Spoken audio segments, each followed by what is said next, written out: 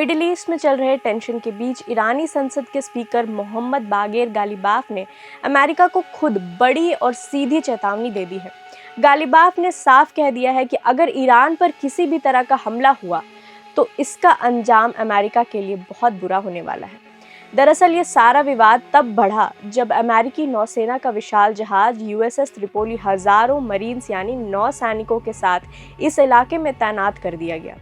Iran इसे सीधे तौर पर उकसाने वाली कार्रवाई मान रहा है। गालिबाफ ने अमेरिका को चेताया है कि वो किसी मुगालते में ना रहे, क्योंकि ईरान के लोग अपने सुप्रीम लीडर के नेतृत्व में किसी भी हमले का ऐसा जवाब देंगे कि दुश्मनों को पछताना पड़ेगा। बात सिर्फ हथियारों की नहीं है। गालिबाफ ने सोशल मीडिया पर चल रहे सॉफ्ट वॉर यानी कि मनोवैज्ञानिक युद्ध पर भी कड़ा ऐतराज जताया है। उन्होंने एक्स यानी ट्विटर पर लिखा कि दुश्मन अपनी इच्छाओं को झूठी खबरों की शक्ल देकर फैला रहे हैं ताकि ईरान के लोगों में डर पैदा किया जा सके। उन्होंने 2 टूक कहा है, अगर वे हमें एक बार मारेंगे तो उन्हें कई गुना ज़्यादा करारा जवाब मिलेगा। गालिबाफ के मुताबिक ये साइकोलॉजिकल वॉर अमेरिका की सबसे बड़ी गलती साबित होगी।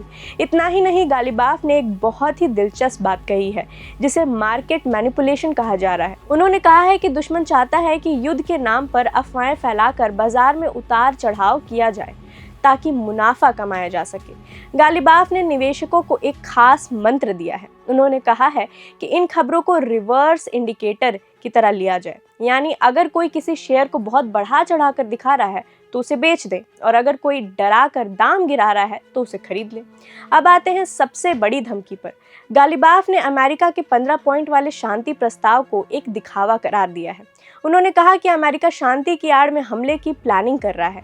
ईरान ने साफ कर दिया है कि अगर अमेरिकी सैनिक जमीन के रास्ते दाखिल हुए तो उन्हें आग के हवाले कर दिया जाएगा।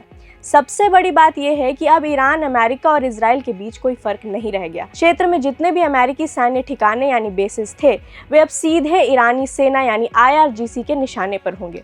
साथ ही दुनिया के सबसे अहम समुद्री रास्ते स्ट्रेट ऑफ हॉर्मुज पर भी अब पहले जैसा कंट्रोल नहीं रहेगा, जिसका सीधा असर ग्लोबल सप्लाई चेन पर पड़ सकता है।